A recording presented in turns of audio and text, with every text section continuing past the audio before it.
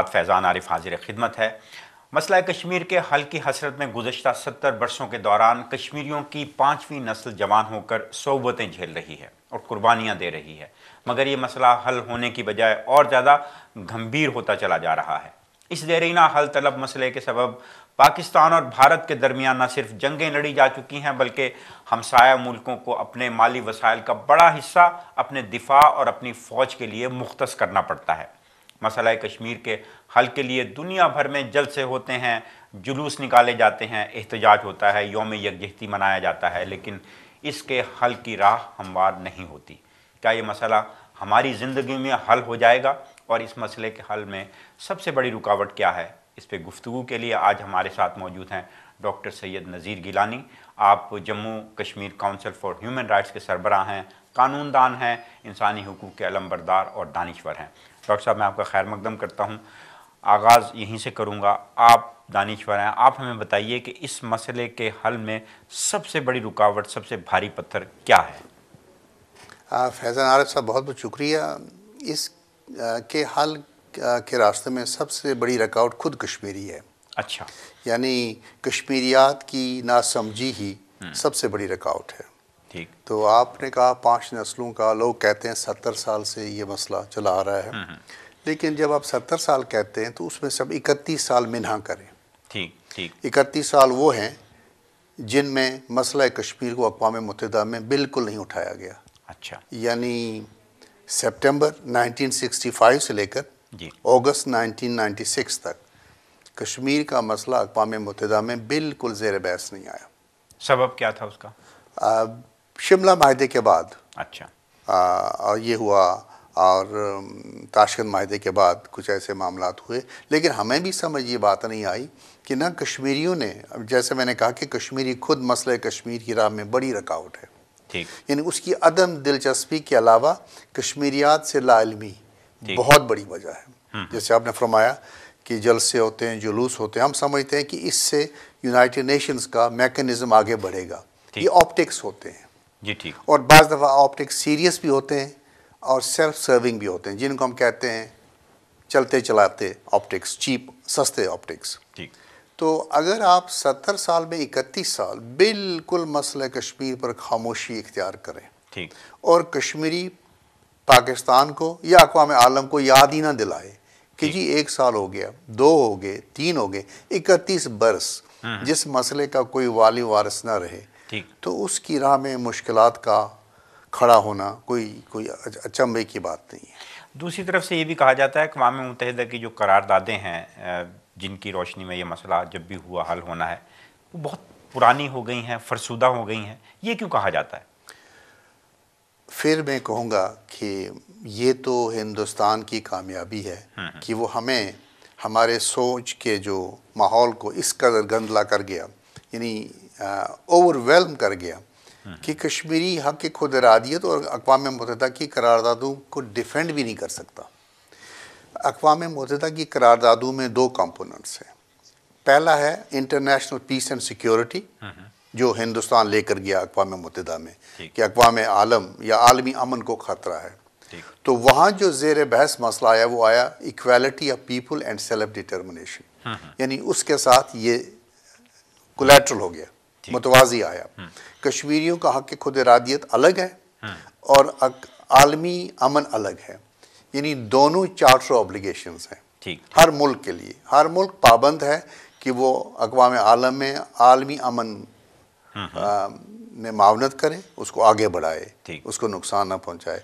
उसी तरह चार्टर ये ज़िम्मेदारी भी हर मुल्क को देता है कि आपने अवाम में बराबरी लानी है और उनका हक़ खुद इरादियत जो है उसकी ताज़ीम करनी है। डॉक्टर साहब, जब हम हक़ खुद इरादियत की बात करते हैं तो हक़ खुद इरादियत से मुराद ये है कि कश्मीरी या तो यानी या इंडिया में शामिल हों या पाकिस्तान में शामिल हों, इसके अलावा भी कोई ऑप्शन इस हक़ खुद इरादियत से जुड़ा हुआ है कि वो खुद मुख्तारी के लिए भी कह सकते हैं, या जब इस्तिस्वाब राय होगा तो ये ऑप्शन उनके पास मौजूद होगी कि वो दोनों को कह दें कि नहीं, हम खुद मुख्तार कश्मीर के तौर पे ज़िंदा रहना चाहते हैं, अपने आप को ज़िंदा, ये भी इम्कान मौजूद है?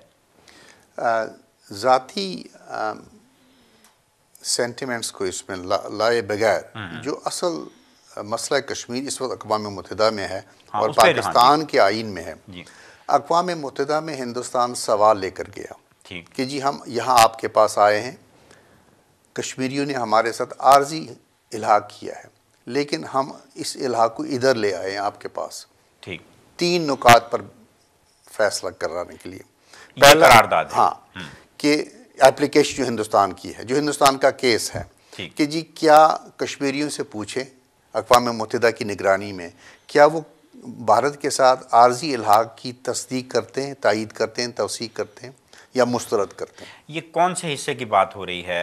लद्दाख की, वादी की, पूरी रियासत की, पूरी रियासत जिसमें गिलगित बल्तिस्तान और आज़ाद कश्मीर सब 12 अगस्त या 15 अगस्त 1948 को जो रियासत थी या 47 को, उसकी पूरी रियासत को, उसमें आज़ाद कश्मीर भी है, गिलगित बल्तिस्तान भी है और हिंदुस्तान का पूरा इलाका जो उसके ज़ेरे इंतज़ाम है। ठीक ठीक। तो हिंदुस्तान ने 3 बातें पूछी कि आप कश्मीरियों से पूछें कि क्या ये आर्जी इल्हाक की हिमायत करते हैं या इसे मुस्तरद करते हैं। ठीक। और अगर मुस्तरद करते हैं, इनसे पूछें क्या पाकिस्तान के साथ इल्हाक करना चाहते हैं। अच्छा।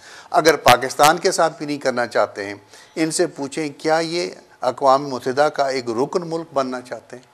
यानी वो खुद मुख्तारी हाँ, का ऑप्शन जो है ये हमें ये तीनों चीज़ें जो हैं, हम वहाँ लफ्ज़ इस्तेमाल हुआ है unfettered right of self determination, यानी जिसमें कोई जंजीर नहीं होगी। अच्छा। अनफेटर्ड बड़ा अहम लफ्ज़ है जो आया है। तो जब जहाँ तक पाकिस्तान के आइन का भी सवाल है, पाकिस्तान का आइन भी पहले कश्मीरियों को आज़ाद करेगा। अच्छा। यानी आर्टिकल 357 कहता है कि जब अहले कश्मीर, पूरी रियासत के लोग हक़ खुद इरादियत का इस्तेमाल करेंगे, उसके बाद जो अगर उन्होंने चाहा, लफ्ज़ अगर है, हमारे साथ इल्हाक, तो उस इल्हाक की शराइत तय होंगी। अच्छा। यानी ये इल्हाक ऑटोमेटिक नहीं है पाकिस्तान के साथ भी। लेकिन ये जो इस्तिस्वाब राय है जी, और ये हक़ खुद इरादियत का जो फैसला करना है, इसकी भी कुछ टर्म्स कंडीशन है। सबसे पहले तो अगर वहाँ अक़वाम मुत्तहिदा की निगरानी में इस्तिस्वाब राय के लिए इंतखाब होता है या उनको हक़ दिया जाता है कि आप वोट के ज़रिए से या राय शुमारी वहाँ हो, तो उससे पहले इंडिया और पाकिस्तान को उन हिस्सों से फ़ौज वापस बुलानी पड़ेगी और फिर इस्तिस्वाब राय होगा या फ़ौज की मौजूदगी में होगा, उधर भी और इधर भी? ये बहुत ही खूबसूरत सवाल है। दरअसल जो इस वक्त क़ज़िया कश्मीर जो लटका हुआ है, वो एक नुक्ते पर लटका हुआ है। वो इस नुक्ते पर कि हिंदुस्तान अपनी तरफ कितनी अफवाज रखेगा और पाकिस्तान अपनी तरफ कितनी अफवाज रखेगा। बाकी किसी भी मामले पर कोई इख्तलाफ नहीं है। यानी जो प्रोसीजर पर ही इख्तलाफ है, राइट ऑफ सेल्फ डिटर्मिनेशन पर अक़वाम मुत्तहिदा का कोई इख्तलाफ नहीं, किसी मुल्क का भी नहीं है। और उस पर यह है कि कश्मीर में रायशुमारी का एडमिनिस्ट्रेटर, उसका इंतखाब होगा। वो पहले मुंतखब भी हो चुका था, लेकिन चूँकि वहाँ अमेरिकन नेशनल था, काफ़ी देर तक उसने सुस्ती की, वो आगे नहीं बढ़ा, 8-9 साल उसने काम नहीं किया। मेन रोल है कश्मीर की हुकूमत का और अक़वाम मुत्तहिदा के अनसिब का और उस एडमिनिस्ट्रेटर का। वो फैसला करेगा कि पहले अफवाज कम करने के बाद क्या कश्मीर में हिंदुस्तान का कोई फ़ौजी दरकार है या नहीं। अच्छा। यानी उसका ये इख्तियार है कि वह हिंदुस्तान के आखिरी फ़ौजी को भी निकाल सकता है। अच्छा। कि हम हक़ खुद इरादियत के तमाम इंतज़ाम को संभाल सकते हैं। रियासती अवाम या रियासती मशीनरी इस काबिल है कि ये इस बोझ को उठा ले, आपकी ज़रूरत नहीं है, तो लास्ट इंडियन सोल्जर भी डिस्पेंस हो सकता है। लेकिन इस मामले के अंदर एक और जो उलझन बताई जाती है वो ये है कि अगर कश्मीर को इंडिया ने अपने आइन के तहत अपना हिस्सा करार दे दिया है जी, और वहाँ अक़वाम मुत्तहिदा कहता है कि इस्तिस्वाब राय हो, तो पहले तो इंडिया को अपने आइन में तरमीम करनी पड़ेगी कि ये जिसमें ये बताया जाए कि ये कश्मीर हमारा हिस्सा नहीं है, ये वो इलाका है जहाँ अक़वाम मुत्तहिदा इस्तिस्वाब राय कराएगा। इस उलझन को कैसे सुलझाया जा सकता है?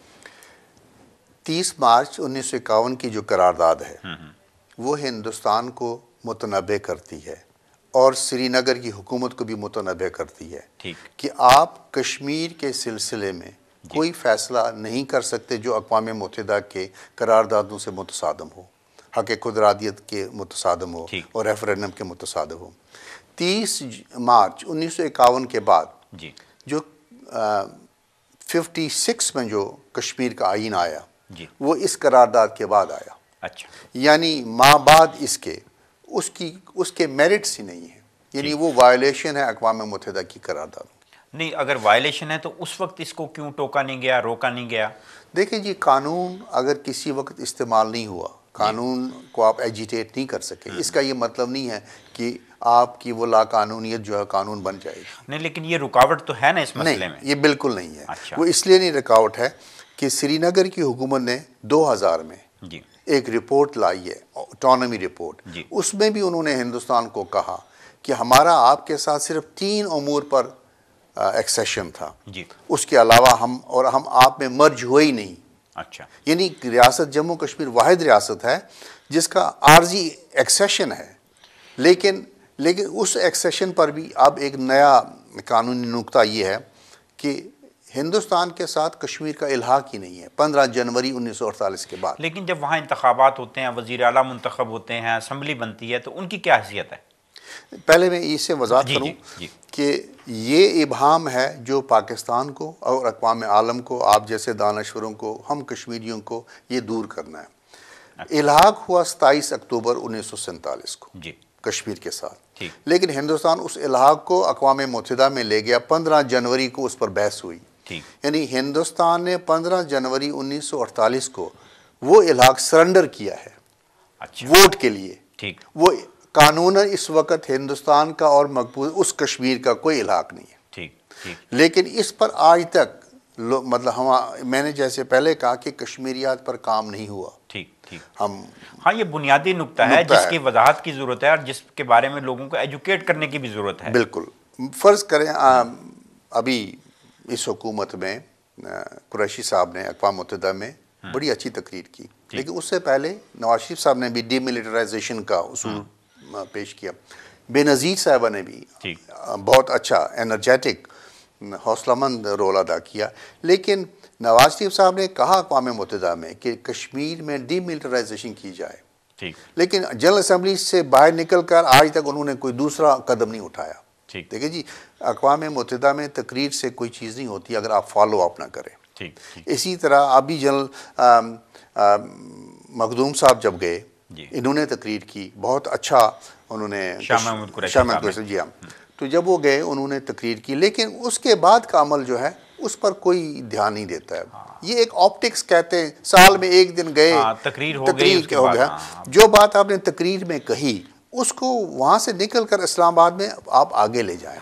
अगर वो वहाँ से आकर इस्लामाबाद में तमाम बैरून मुल्क के जो लोग थे, सफारतकार, OIC के सफारतकार जो थे, उनकी एक मीटिंग बुलाते और कहते जी हमने अक़वाम मुत्तहिदा में डीमिलिटराइजेशन का ये ऑफ़र की है हमने, तो इसको हमने आगे बढ़ाना है। क्योंकि कश्मीर दुनिया का वाहिद इलाका है जहाँ दुनिया में सबसे ज़्यादा कम आबादी और सबसे ज़्यादा फ़ौज है। बिल्कुल ठीक। तो अगर आप कश्मीरियों को हिंदुस्तान की 10 लाख फ़ौज के हवाले करते हैं, ठीक, उनको उनसे आज़ाद नहीं करा सकती है एक तकरीर। अब सितंबर में फिर तकरीर होगी जनरल असम्बली में, क्योंकि हर यानी अब उस तरफ 1 करोड़ से ज़्यादा लोग आबाद हैं और उन 1 करोड़ लोगों के ऊपर 7 लाख फौज है। कितनी फौज है? ये टोटल कश्मीरी हैं, क्योंकि उस पार तो करोड़ तो नहीं है। हाँ, लेकिन 6 कश्मीरियों के पीछे एक भारतीय फौजी है, जो अब 2 रिपोर्ट्स आई हैं। पार्लियामेंट्री ग्रुप ने जो किया, आल पार्टी यहाँ या अक़वाम मुत्तहिदा के हाई कमिश्नर ने जो रिपोर्ट की है, उसमें उन्होंने कहा कि वर्ल्ड्स हाईएस्ट मिलिटराइज्ड एरिया है ये। बिल्कुल ठीक। अगर ऐसा हम कहते हैं, अक़वाम मुत्तहिदा की अभी report I, house of Commons की भी अभी रिपोर्ट आई, तो हमें फिर ये देखना है कि इन चीज़ों को हम आगे कैसे बढ़ाएं। बिल्कुल ठीक। बरतानिया में आप सड़कों पर जो मर्ज़ी करें, ब्रसल्स में सड़कों पर आप जो मर्ज़ी करें, लेकिन ये मतलब जो लोग कश्मीरियात पर काम करते हैं, यानी एजिटेट करते हैं इशू वाइज, इशू सबसे ये है कि भारत के फ़ौजी का कश्मीर में इस वक्त रोल क्या है। बिल्कुल ठीक। मतलब हक़ खुद इरादियत मूवमेंट ने राजा नजावत साहब जिसको लीड करते हैं, प्रोफेसर ज़फ़र खान साहब 35A पर वो लोग काम करते हैं। बाकी लोगों ने जो यह वैली के जो यहाँ लोग हैं वो इस बात पर, क्योंकि एक बात मेरे ख्याल में अहम होगी जो आपकी वसातत से मैं कहूँ कि हम लोगों ने ये कभी नहीं कहा कि भारतीय फौजी की हैसियत को चैलेंज करें। ठीक, एक तो जनरल असम्बली में है, लेकिन हम लोगों को ये नहीं कहते कि भारतीय फौजी पर 7 पाबंदियां हैं। ठीक, 4 पाबंदियां आर्जी इलाहा के वक्त लगी। चलिए, मुझे बताया जा रहा है डॉक्टर साहब इस वक्त प्रोग्राम में वक्त एक छोटे से वक्फे का, नाज़रीन मोहतरम डॉक्टर साहब से बातचीत जारी रहेगी, डॉक्टर नज़ीर गिलानी साहब से मज़ीद भी सवालात करेंगे, लेकिन एक छोटे से वक्फे के बाद, और इस गुफ्तगू को यहीं से शुरू करेंगे जहाँ से ये सिलसिला मुनक़ते हो रहा है। प्रोग्राम जायज़ा के साथ फिर से हाजिर खिदमत है। आज हमारे मेहमान हैं डॉक्टर सैयद नज़ीर गिलानी साहब, जो Jammu Kashmir council for human rights के सरबराह हैं, और इनकी बहुत सारी हैसियतें हैं। आप कश्मीर यूनिवर्सिटी में ज़ेर तालीम रहे, SM लॉ कॉलेज कराची में, किंग्स कॉलेज लंदन में, और क्वींसमैन यूनिवर्सिटी लंदन में भी आपने तालीम हासिल की। बड़ी दिलचस्प बात है कि आपकी PhD भी जो है वो कश्मीरियात के तनाजुर में, उस पर मैं बाद में बात करूँगा। अभी हम वक्फे से पहले बात कर रहे थे कि जो कश्मीर का वो हिस्सा है जो इंडिया के ज़ेर तसल्लुत है या अंडर कंट्रोल है, वहाँ जो फ़ौज इतनी बड़ी मौजूद है और उसके जवाब पे हम बात करें तो उस पर थोड़ी सी रोशनी डालिए। देखिए जी, 2 चीज़ें हैं। मसला कश्मीर अटका है अफवाज की अदद पर कि इतने आपके हों इतने हमारे हों। ठीक, लेकिन उसमें फिर बरतानिया ने एक उसूल पेश किया। उन्होंने कहा जी नहीं, अगर आपने रायशुमारी अनकंडीशनल करानी है तो पाकिस्तान की भी उतनी फ़ौज होनी चाहिए जितनी हिंदुस्तान की हो। क्योंकि अगर आप कहें कि हमारे ज़्यादा हों, तो उस वक्त हिंदुस्तान ने जवाज़ किया कि हमें पठानों से ख़तरा है, इसलिए ज़्यादा रखेंगे। ठीक, ठीक। 48 और 2018 में बड़ा फ़र्क है। बड़े आसानी से हम कह सकते हैं जी, नुक्ता रुका हुआ है फ़ौज के अदद पर। ठीक, अब आप, और अगर कोई चीज़ रुक जाती है तो उसी अक़वाम मुत्तहिदा की करारदाद में है कि अगर दोनों ममालिक के माबैन कोई तस्फिया नहीं होता अदद पर, तो ये आर्बिट्रेशन में मसला जाएगा। अच्छा। और आर्बिट्रेशन के लिए कहा गया है कि ICJ international court of justice को भी पूछा जा सकता है कि किस किस्म की आर्बिट्रेशन हो। आर्बिट्रेशन में जब एक फैसला आता है तो दोनों फ़िरक़ों को मानना पड़ता है कि नहीं जी, आपने भी 1000 फौजी रखना है और आपने भी रखना है। लेकिन हिंदुस्तान के फ़ौज के रखने का तो जवाज़ ही ख़त्म हो गया, क्योंकि वो आए थे उस वक़्त जो एक्सेशन में लिखा है कि जी ये फ़ौज प्रोटेक्ट करेगी लाइफ को, ऑनर को, प्रॉपर्टी को और स्टेट को। लेकिन 4 चीज़ें सबकी वायलेशन हो रही है। स्टेट नहीं, स्टेट तो 3 हिस्सों में तकसीम है, तो लिहाजा वो नहीं कर सके। और लाइफ को प्रोटेक्ट करने की जगह उन्होंने 1 लाख से ज़्यादा कश्मीरियों को शहीद किया। प्रॉपर्टीज़ को रोज़ उड़ा देते हैं, ऑनर तो हमारी उन्होंने तार तार कर दी है। तो ये केस हम बनाने में नाकाम रहे हैं। यानी चाहे कश्मीरी रहे, चाहे हमारा वकील रहा, चाहे हमारी एडवोकेसी रही, बिल्कुल ठीक, यानी कसूर हमारा है।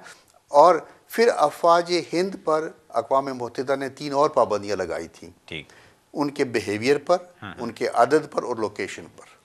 बिहेवियर पर यह पाबंदी थी कि शाइबा भी नहीं होना चाहिए आपकी चलने से खौफ का। अच्छा। हाँ, और आपका अदद बहुत मिनिमम होना चाहिए और लोकेशन दूर दराज होनी चाहिए। अब तो भारतीय फौजी हमारे घर के अंदर बैठा है।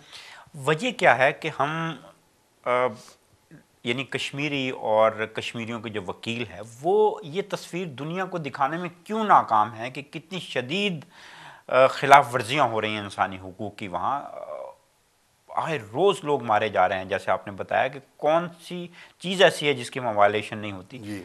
हम दुनिया को क्यों मुतवज्जे नहीं कर सके इस तरफ? देखिए, पाकिस्तान की 2 हैसियतें हैं जी।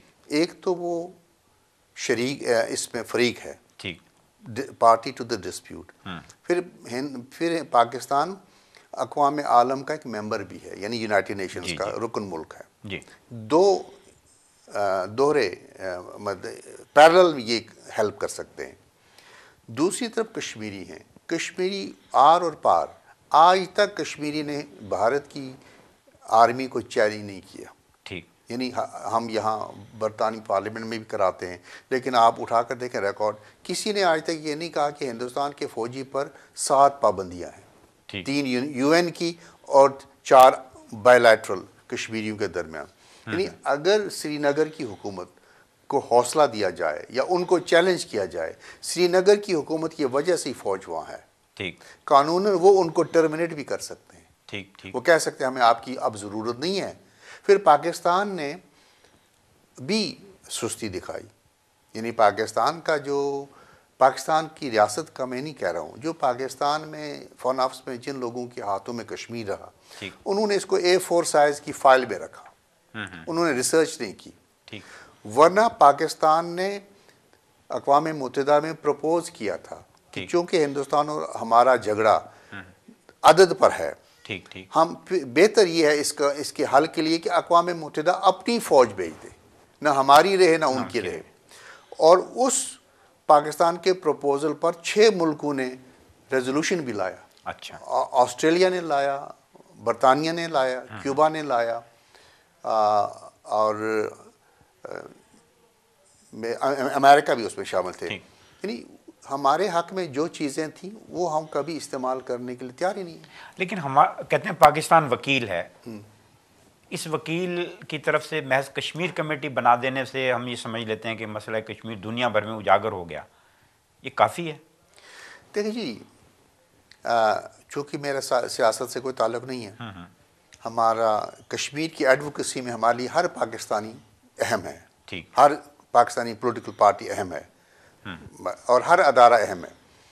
एक दफ़ा यहाँ हाउस ऑफ कॉमन्स में तशरीफ़ लाए कश्मीर कमेटी के चेयरमैन मौलाना साहब फजल रहमान साहब, उन्होंने खिताब किया, लॉर्ड्स एंड लेडीज़, किसी ने लिख कर दिया होगा।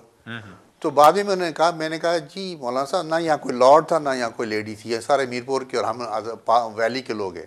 तो उन्होंने कहा मुझे तो बताया ही नहीं किसी ने। अच्छा, जब आप तैयारी करके नहीं आएंगे, आज की दुनिया दलील की दुनिया है, इस्तेदलाल की दुनिया है। ठीक, आज देखें जी, मूसा अलैहिस्सलाम को भी अपने भाई की ज़रूरत पड़ी, अल्लाह ताला को कहा कि इसकी ज़ुबान में, हारून की ज़ुबान में फसाहत है, बलागत है, इसके दिल में मेरी मोहब्बत पैदा करें ताकि ये मेरी तरफ से मेरे मिशन को जो है ना आगे बढ़ाएं।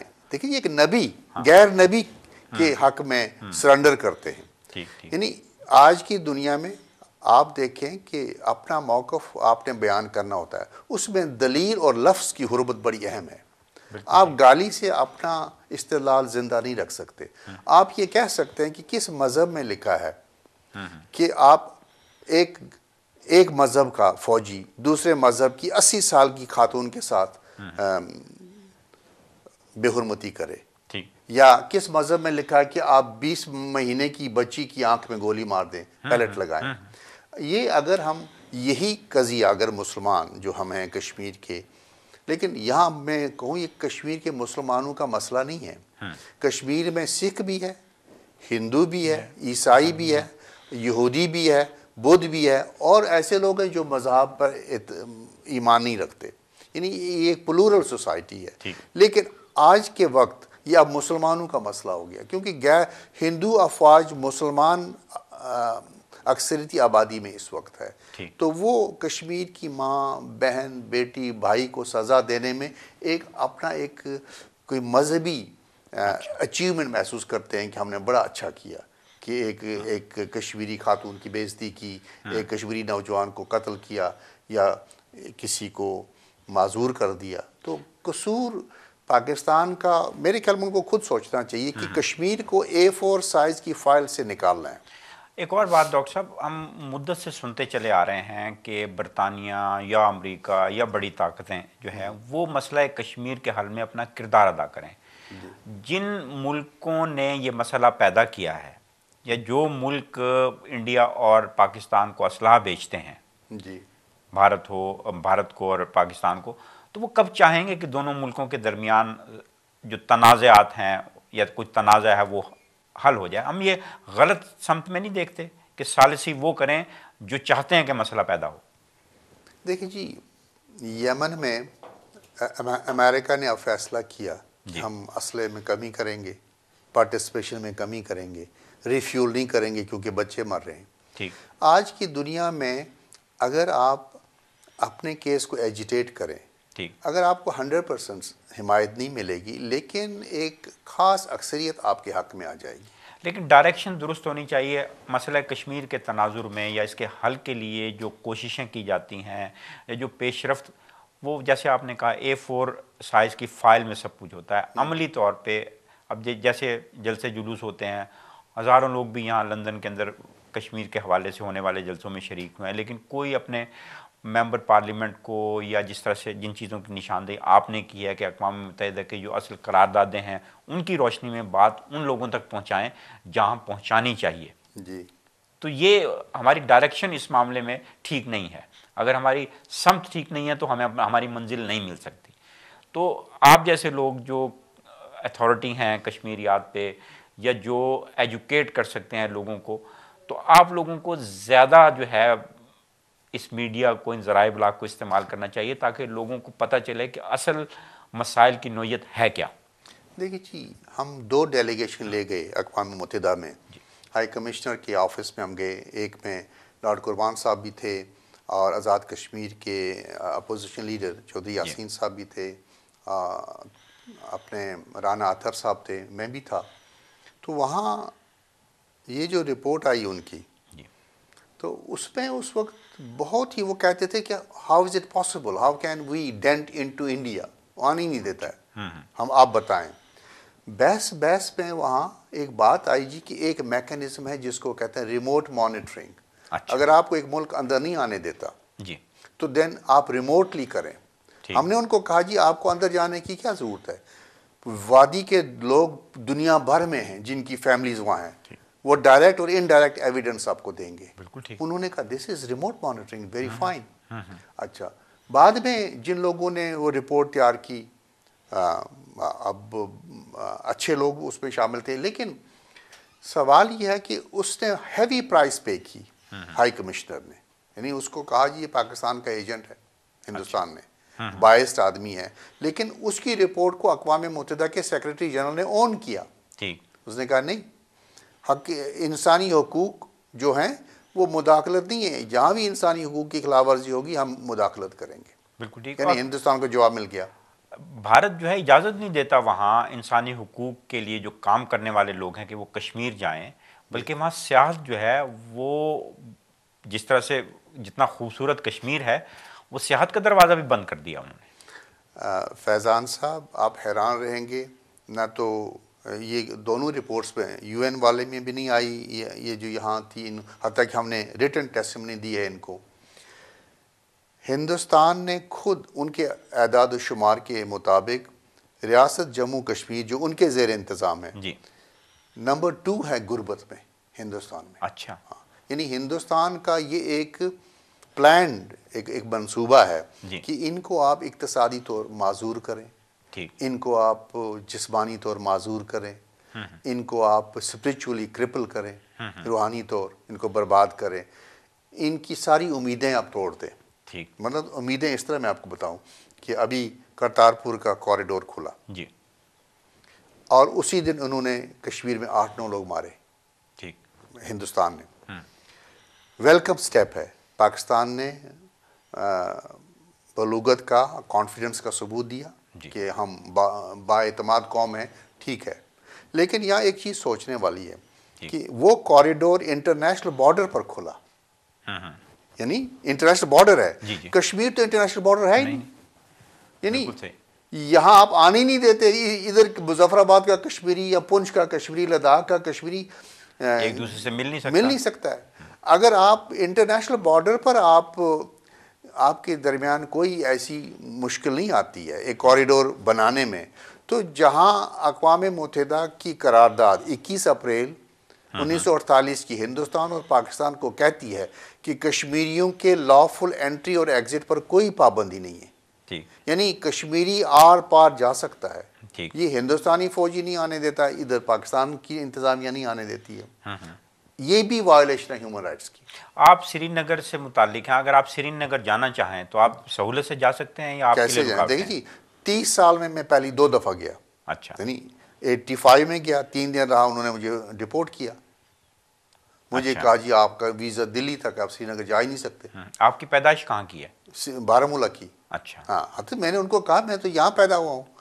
उन्होंने मुझे कहा जी जब हम पकड़ते हैं किसी को वो तो कहते ही है मैं यहाँ पैदा हुआ हूँ। अच्छा। हाँ, otherwise you R A Pakistani. मैंने कहा जी, उस वक्त मेरे पास पाकिस्तानी पासपोर्ट था। मैंने कहा कि भाई जो पासपोर्ट होता है ये किसी की कौमियत को डिटरमिन नहीं करता, ये ट्रैवल ये डॉक्यूमेंट। ट्रैवल डॉक्यूमेंट होता है। फ़लस्तीनियों के पास बहुत से ममालिक के पासपोर्ट्स हैं, eight the end of the day वो दे रिमेन एज पैलेस्टीनियंस। ठीक। इसी तरह कश्मीरी भी हक़ खुदरादियत के तहत दुनिया के जिस भी कोने में जाएं, जब रेफरेंडम होगा दे विल रिटर्न, और कानून है in safety and dignity to participate in the referendum. बिल्कुल ठीक। जी हाँ। डॉक्टर साहब, और भी सवालात हैं, मैं उनकी तरफ भी आऊँगा। मैं चाहता हूँ कि इस वक्त बहुत सारे लोग यूरोप के अंदर, बरतानिया के अंदर ये प्रोग्राम देख रहे हैं, और उन तक मैं आपके ज़रिए से कुछ पैगाम पहुँचाना चाहता हूँ। लेकिन मुझे बताया जा रहा है वक्त हुआ एक वक्फे का। वक्फे के बाद जब मैं वापस आऊँगा फिर मैं उन पैगामात की तरफ जाऊँगा। प्रोग्राम जायज़ा में चलते हैं एक छोटे से वक्फे की तरफ।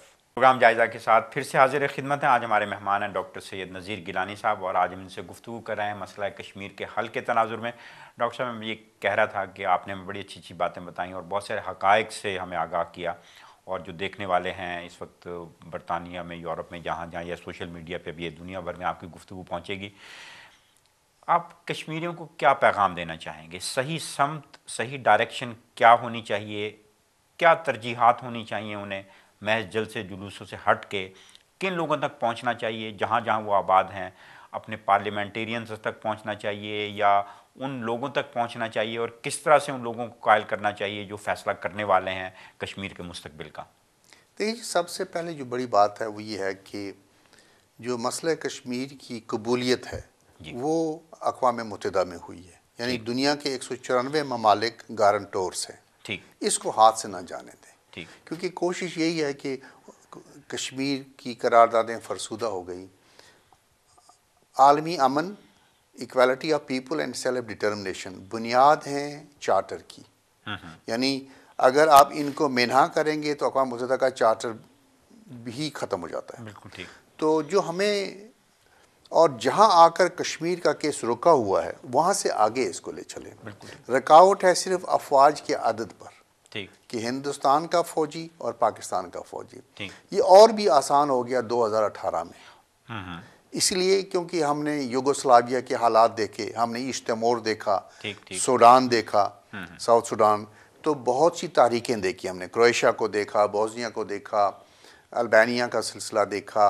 तो अब हम एक बेहतर पोजीशन में हैं अक़वाम मुत्तहिदा को ये बावर कराने में कि हिंदुस्तान और पाकिस्तान की अफवाज हटाकर आप अक़वाम मुत्तहिदा की न्यूट्रल अफवाज रखते हैं। आप बेखबर नहीं रखा जा सकता। हर हकीकत जो है वो टेक्नोलॉजी की वजह से सब तक पहुंच रही है। अगर अक़वाम मुत्तहिदा खुद ये तस्लीम करती है कि हाईली मिलिटराइज्ड कॉन्फ्लिक्ट जोन है, तो उस दिन के बाद अब तक हमने काफ़ी काम हुआ। पाकिस्तान में लोग काम कर रहे हैं इस पर, जो लोग बाकी हमारे साथी हैं, दानिश्वर लोग हैं, सियासतदान हैं, वो काम कर रहे हैं। लेकिन सड़कों पर काम करने का एक अलग तरीका है, वो ऑप्टिक्स है। वो ऑप्टिक्स है, उससे आपका प्रोसीजरल काम नहीं होगा। अगला कदम क्या होना चाहिए? अगला मौसर हो, इफेक्टिव हो। इफेक्टिव काम ये है कि बरतानिया और अमेरिका को पकड़ना है, क्यूबा को फिर पकड़ना है, इराक को फिर पकड़ना है, फिलीपींस को फिर पकड़ना है। कि जी अगर आप 1948 में हमारी मदद कर रहे थे, अमेरिका को कहना है कि अगर आप 1951 में तैयार थे कश्मीर के मसले को ICJ में, इंटरनेशनल कोर्ट ऑफ जस्टिस में ले जाने के लिए, आपने डॉक्यूमेंट भी तैयार किया, बरतानिया को साथ मिलाया, तब तो ये हालात ही नहीं, ये जुल्म ही नहीं था। अब तो लाजमन आपको जाना चाहिए। वो अमेरिका का वो डॉक्यूमेंट हमें अमेरिकी अवाम में तकसीम करना चाहिए कि जी आपकी हुकूमत ने इस सन में हमारे हक में ये डॉक्यूमेंट तैयार किया, तब हम पर इतना जुल्म नहीं था, अब ये जुल्म है। तो कम से कम हमें दुनिया इस वक्त दलील से, यानी जिसको आप कहते हैं कॉन्स्टिट्यूएंसी ऑफ सपोर्ट, हमने अपना हल्का असर बढ़ाना है। हल्का असर यहाँ हमने पार्लियामेंट में बढ़ाना है। हिंदुस्तान के इस आर्गूमेंट को डिफीट करना है कि वहाँ टेररिज्म है, जिहाद है। हमने कहना है कि जिहाद तो आपने खुद तस्लीम किया UN में, यानी अक़वाम मुत्तहिदा में बरतानिया ने कहा कि कश्मीर के 6 अनासर हैं जिनकी हमायत भी ज़रूरी है और जिनको सेटिस्फाई करना भी ज़रूरी है। हिंदुस्तान और पाकिस्तान, इंसर्जेंट, ट्राइबल्समैन, और द वर्ल्ड एट लार्ज, ठीक। यानी 6 एलिमेंट्स आइडेंटिफाई हुए हैं। और अक़वाम मुत्तहिदा में ये कहा गया है कि जब तक कश्मीर में जी। गैर यकीनियत रहेगी, यहाँ लोग यूज़ ऑफ गन करेंगे। ठीक। और फिर दूसरी बात है कि जो हमने दुनिया को कहना है कि जो हिंदुस्तान का फ़ौजी कश्मीर में जिस आदमी को टेररिस्ट कहकर मारता है, ठीक। जिहादी कहकर मारता है, वो दरअसल कश्मीर का मकामी बाशिंदा है, स्टेट सब्जेक्ट, और वो अपने हक की खुद इरादे के लिए मर रहा है। जी। और वो इसलिए मारा जा रहा है, हिंदुस्तान अदद को बर्बाद करना चाहता है, हमारे अदद की जो बर्तरी है ना जी, उसको कम करना चाहता है, जिस तरह क्यूबेक में हुआ। ठीक। क्यूबेक में क्यूबेक के लोग 2500 वोट की कमी से रह गए आज़ाद होते होते। अच्छा। अगर उनको 2500 वोट क्रीस वाले दे देते, दूसरी ज़ुबान वाले, तो इस वक्त क्यूबेक एक अलग आज़ाद मुल्क होता। तो कश्मीर में 1.5 लाख के करीब लोग शहीद हो गए। और ये शहादत जो है, कश्मीर का मसला ही अदद का मसला है, अदद की बरतरी और कमतरी का मसला है। अच्छा, फ़र्ज़ कीजिए जो कश्मीर है, पूरा कश्मीर आज़ाद हो जाता है, ख़ुद मुख्तार हो जाता है, क्या ये सस्टेन कर सकेगा? इसके पास इतने रिसोर्सेज, वसाइल हैं कि ये एक ख़ुद मुख्तार ख़ित्ते के तौर पे? देखिए जी, ईस्ट तिमोर कौन सा खुद, उसके पास क्या वसाइल थे? ठीक। कुछ भी नहीं थे। बॉस्निया के पास हमसे क्या बड़े वसाइल हैं, हमारे इलाका भी है। क्रोएशिया आज़ाद हो गया, यानी मैं 1996 में जी। गया, 1986 में गया यूगोस्लाविया विक्टिमोलॉजी के कोर्स पर। उस वक्त एक यूगोस्लाविया था जी। अब उसको हम फॉर्मर यूगोस्लाविया कहते हैं। कुछ सालों के बाद वो यूगोस्लाविया की कई रियासतें बन गई, चेक रिपब्लिक और जी हाँ, नहीं, बोस्निया अलग हो गया, क्रोएशिया अलग हो गया, सर्बिया अलग हो गया। जी हाँ। अच्छा, तो सवाल ये है कि, और ये अक़वाम मुत्तहिदा के मेंबर मुल्क हैं, तीनों। तो ये साबित हुआ कि जोग्राफिया हमेशा नहीं रहता है। हिंदुस्तान कभी कहता है ना कि जियोग्राफिकल चेंज नहीं होगी, भाई आपके इर्द गिर्द कितनी जियोग्राफिकल चेंज हो गई। ठीक। सूडान को देखें, 2 हिस्सों में हो गया जी। ईस्ट तिमोर चला गया अलग। इंडिया में और भी तहरीकें चल रही हैं आज़ादी के लिए। देखिए, यहाँ हमने एहतियात करनी है। हिंदुस्तान की जो भी तहरीक चले, हक खुद इरादियत की तहरीक जो है उससे मुख्तलिफ है, वो मुख्तलिफ है। हमारी अक़वाम आलम ने एक्सेप्ट की है। ठीक। यानी हम हिंदुस्तान के सिख के हुकूक की हिमायत करेंगे। ठीक। Right to life, right to dignity, right to religious practice, इसमें हम उनके किसी भी कौम का साथ देंगे। लेकिन हम ये नहीं कहेंगे कि सिख और हमारा एक ही मसला है। हाँ, नौयत मुख्तलिफ है, नौयत मुख्तलिफ है, बिल्कुल ठीक। हाँ, मतलब हमारे ऊपर एक बाकायदा मैकेनिज्म है अक़वाम मुत्तहिदा का, और वो एक जगह रुका हुआ है। रुकावट को हमने, रुकावट वाला पत्थर हटाना है। डॉक्टर साहब, अगर ये मसला हल हो जाए तो बहुत सारे लोग जिनकी दुकानदारियाँ मसला कश्मीर के इशू से जुड़ी हुई हैं, उनका क्या बनेगा? अब तो लोगों ने इस मसले को अपने बजाय हल की तरफ ले जाने के, उन्होंने अपना एक इसको कारोबार बना लिया हुआ है। देखिए जी, अच्छा हुआ कि आपकी नज़र इस पर है। एक कश्मीरी घर में 3 थिंक टैंक्स बने हुए हैं। ठीक। हाँ, यानी आप मियाँ भी एक थिंक टैंक चला रहा है, बीवी भी चला रही है, बहू भी चला रही है। जी हाँ। तो जब आप इस हद तक कमर्शलाइज करेंगे और बददियानत हो जाएंगे मसला कश्मीर के साथ, तो आपको क्या ज़रूरत है बारामूला वापस जाने की? देखिए जी, श्रीनगर वापस जाने की आपको क्या ज़रूरत है? फिर तो आप सवाल ही नहीं है। तो ये जो लोग हैं, इनकी उम्र भी ज़्यादा लंबी नहीं है ऐसे लोगों की, जिन लोगों ने कमर्शलाइज किया है। जो ही मसला कश्मीर का कोई हल निकलता है, अपने अपने घरों को जाने के काबिल नहीं रहे, क्योंकि इन्होंने दिन दहाड़े कश्मीरियों के खून का सौदा किया। बिल्कुल ठीक।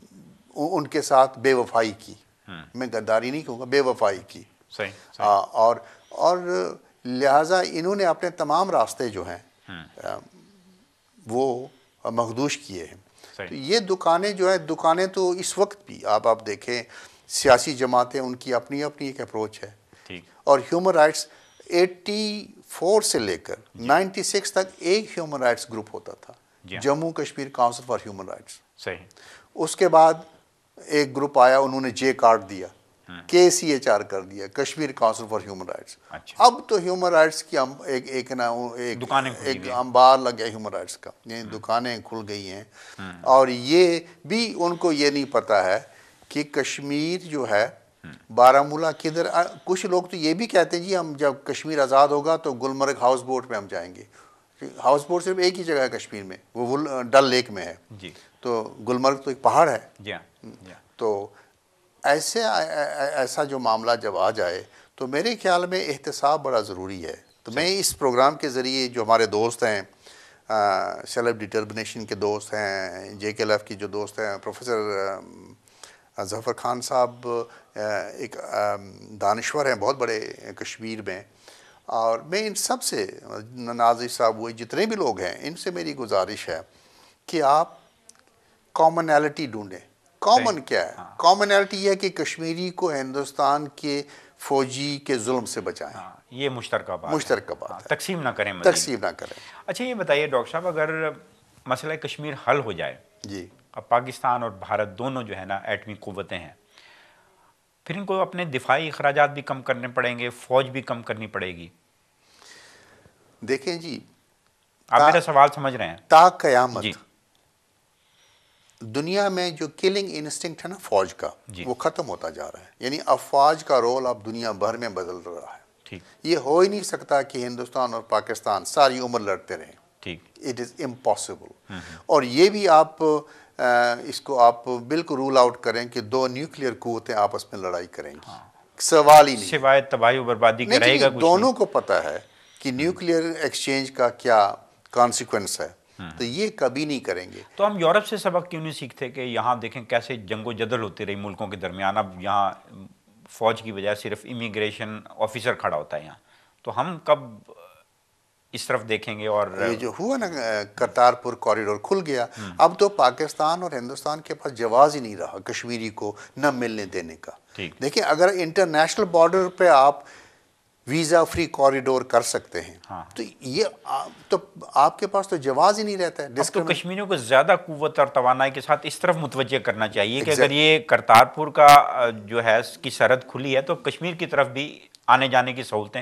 नहीं जी, नहीं, आप एक केस बनाएं, हाउस ऑफ कॉमन्स में ले जाएं, यूरोपियन पार्लियामेंट में ले जाएं जी, ICJ में किसी को अप्रोच करें, अमेरिकन को बताएं और खुद हिंदुस्तान के थिंक टैंक्स को बताएं कि अगर आप इंटरनेशनल बॉर्डर पर मुनासिब समझते हैं कि कॉरिडोर बन सकता है, जहां बॉर्डर ही नहीं है। बड़ी अहम बात है, बिल्कुल सही। कश्मीर की तो बॉर्डर ही नहीं है, ये तो सीज फायर है। ठीक। ये फैजान साहब बहुत ज़रूरी है। हमारा बॉर्डर नहीं है, ये सीज फायर लाइन है। सही। उस फौजी और इस फौजी को कहा गया है कि फायर को रोको। सही। क्योंकि हक खुद इरादियत पर वोट करना है। So pending that it is not an international border. यानी मैं चाहूँ तो मुजफ्फराबाद से श्रीनगर पैदल जा सकता हूँ, कोटली से जा सकता हूँ, जम्मू से मीरपुर जा सकता हूँ, लेकिन ना वो आने देंगे ना ये। बाद मकामात ऐसे दरिया दरमियान में से गुजरता है। बिल्कुल जी, नीलम को आप देखें, वो आर पार वो एक दूसरे को पत्थरों के साथ पैगाम बांध कर वो फेंकते हैं। तो ये तो मेरी हुकूमत पाकिस्तान में जो जिम्मेदारान हैं, यानी जो कश्मीर है ना, ये एक कॉम्प्लेक्स इशू है। इसमें पाकिस्तान की आर्मी का भी एक रोल है, हिंदुस्तान की आर्मी का भी अब रोल है, पाकिस्तान की पॉलिटिक्स का भी रोल है। वो कॉमनैलिटी यही है कि कश्मीरी को आप अब सिख से मुख्तलिफ ट्रीट नहीं कर सकते। बिल्कुल ठीक। डॉक्टर साहब, वक्त सिमट रहा है, आखिर में पूछना चाहूँगा, आप की विजन जो है क्या देखती है? ये मसला मुज़ाकरात की मेज़ पे हल होगा या जिहाद से हल होगा? देखें जी, सिविलाइज्ड अक़वाम में जब से तारीख शुरू हुई है, एंगेजमेंट एंड डायलॉग ही इंस्ट्रूमेंट रहा है। बिल्कुल ठीक। जो हाँ, ये एक उसूल है कि ऑक्यूपेशन को अनडू करने के लिए यूज़ ऑफ फोर्स बड़ा ज़रूरी है। ठीक है। अगर एक ताकतवर बदमाश है आपके पास, लोग अपनी आज़ादी के उसूल के लिए जाने देते हैं, ये तारीख है। Without prejudicing that right.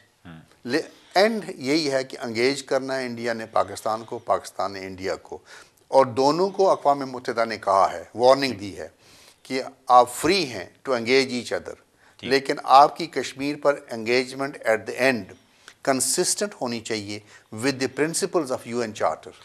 इन हालात में जब सोशल मीडिया और टेक्नोलॉजी बहुत तरक्की कर गई, आप जैसे लोग जो कश्मीरियात के माहिर हैं और कश्मीर के असल हक़ाइक़ लोगों तक ला सकते हैं, आपकी ज़िम्मेदारी नहीं बढ़ जाती कि लोगों को बताएं कि ये सही समत है, ये सही डायरेक्शन है, इस समत में काम किया जाए? देखें कि आपने दरमियान में कहा कि दुकानों का क्या होगा, क्योंकि जो इसमें इन्फिल्ट्रेशन हुई है जी। नॉन सीरियस एलिमेंट की, ठीक। जिनका पैसा कमाना और वीज़ा लेना जी। अल्टीमेट लाइफ का पर्पस है, सही। वो तो ये चीज़ें चलने नहीं देंगे। ठीक। वो इसलिए नहीं चलने देंगे कि जब मुशर्रफ साहब का 4 पॉइंट फार्मूला आया, उन्होंने अपनी किताब में लिखा उसी पेज पर, आई नीड सेल्समैन, लफ्ज़ है सेल्समैन, टू एडवांस 4 पॉइंट्स। ठीक। तो कश्मीरियों ने दरख्वास्तें दे दीजिए, मैं भी तैयार हूँ। ठीक। They became salesman. वो वक्त भी आया कि वाशिंगटन में कश्मीरियों ने हक़ खुदरादियत के खिलाफ रेजोल्यूशन पास किया। अच्छा। हाँ, यानी जब इंसान अंधा हो जाए मफाद में, मुराद में, तो फिर उसको भाई का जुल्म, बहन का दुख, माँ की परेशानी वो नजर नहीं नज़र आती है, क्योंकि वो वहाँ से बहुत आगे चला गया है। उस नज़ीर गिलानी 1974 में बारामूला से निकला है, वो कहता है 2018 के बाद मैं वापस जाऊँ बारामूला उन पत्थरों में। तो ये इंसान को निस्बत के साथ वफा करनी है आपने कि जिस इलाके के आप हैं। और आजकल तो हमसे बेहतर रॉबर्ट थोप था, जो जिसकी माँ कश्मीरन थी। जब उसने सुना कि मेरी माँ के इलाके में जुल्म है तो वापस गया यहाँ से। वो आर्मी ऑफिसर था ब्रिटिश आर्मी में, उसने फिर वहाँ से मज़ामीन लिखने शुरू किए कि मेरे कि कश्मीर में बहुत जुल्म हो रहा है। महाराजा ने फिर उसको मरवाया। तो देखें जी, निस्बत जो होती है अपने इलाके के साथ जी। इसके साथ वफादारी जो है, ये इंसानियत की मेराज है। बिल्कुल ठीक। वही आदमी बड़ा है जो अपनी निस्बतों की ताज़ीम करे और उनसे बेवफाई न करे। बिल्कुल ठीक। उदास बाम खुला दर पुकारता है मुझे, उदास बाम खुला दर पुकारता है मुझे, जिला वतन हूँ मेरा घर पुकारता है मुझे। डॉक्टर नज़ीर गिलानी साहब, आपका बहुत शुक्रिया। आपने जितनी अच्छी और जितनी थॉटफुल गुफ्तगू की, मुझे यकीन है कि हमारे देखने वाले भी उससे मुस्तफ़ीद होंगे। अब अपने मेज़बान फैज़ान आरिफ को इजाज़त दीजिए। अल्लाह निगहबान।